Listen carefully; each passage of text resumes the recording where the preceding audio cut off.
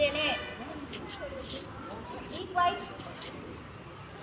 ಏಕೆ ತಾಯೇ, ನಾವು ಮಾಡಿದ ಪೂಜಾ ಪುನಸ್ಕಾರಗಳಲ್ಲಿ ತಪ್ಪಾಯಿತೆ ಅಥವಾ ದಾನ ಧರ್ಮಗಳು ಕಡಿಮೆಯಾಯಿತೆ?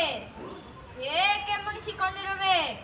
ಅಂದಿನ ಕಾತ್ಯಾರ್ಜುನ ಇಂದಿನ ಹೈದರಾಲಿಯಾಗಿ ಪುನರ್ಜನ್ಮ ಪಡೆದು ಬಂದಿದ್ದಾನೆ. ಹಾಗೆ ಜನ್ಮ ಮತ್ತು ಬಂದವನಿಗೆ